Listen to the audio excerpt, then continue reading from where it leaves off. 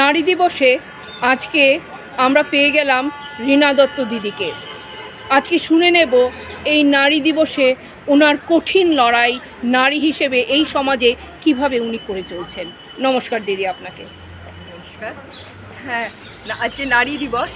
হ্যাঁ, নারী হিসেবে আমি একটা বিশাল সংকটের মুখোমুখি হয়েছি।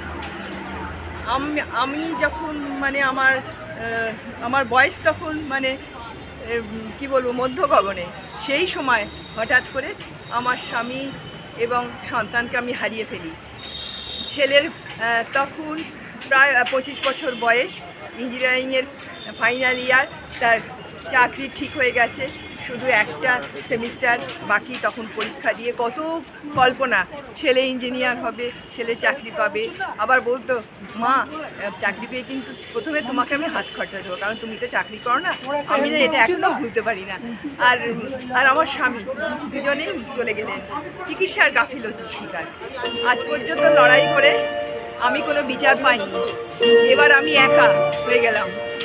আমি যেখানে আছি সেখানে কেউ আমার পাশে দাঁড়ায়নি। হ্যাঁ, কিছু ভাগ্নে ছিল, তারা চেষ্টা করেছে, আমার ছেলের যখন ট্রিটমেন্ট চলছিল ওরা কিছু সাহায্য করেছে, কিন্তু আর কেউ আমার পাশে দাঁড়ায়নি। আর একমাত্র শুধু আমার ভাই। এবার আমি শ্বশুরবাড়িতে থাকি, সেখানেও অনেক সংকটের মুখোমুখি হয়েছি। একদল চাইতো আমি বাড়ি থেকে চলে যাই, আমি বাপের বাড়ি চলে যাই। হ্যাঁ, তুমি একা একজন মানুষ, একটু জায়গাতে থাকবে, সেইটুকু ওরা থাকতে দিতে চাইছিল না। ওদেরই রক্তের তোমার সন্তান এবং তোমার স্বামী যখন চলে যায়, তখন তো ওদেরই রক্ত চলে গেছে, তাও সেই জায়গাটাকে ওরা কি করতে চায়নি। ছাড়তে চায়নি। আমি কিন্তু খুব শক্ত হয়েছিলাম। আমি কিন্তু বেশি কান্নাকাটি করিনি, যাতে ওরা আমায় ভাবে দুর্বল। আমি খুব শক্ত হয়েছিলাম, আর কিছু হলেই আমি থানায় চলে যেতাম। এবার আমার থানা থেকে বলেছিল, পুলিশ প্রশাসন আপনার সঙ্গে আছে, আপনি একা না। ওটা একটা আমি আশ্বাস পেয়েছিলাম। কিন্তু একা মহিলা, তাকে নানা রকম সমস্যার সম্মুখীন হতে হচ্ছে।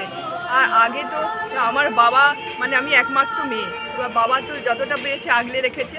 আমার হাজব্যান্ডও সেরামই ছিল। সেই জন্য না, আমি যখন একা হয়ে গেলাম, আমি একটা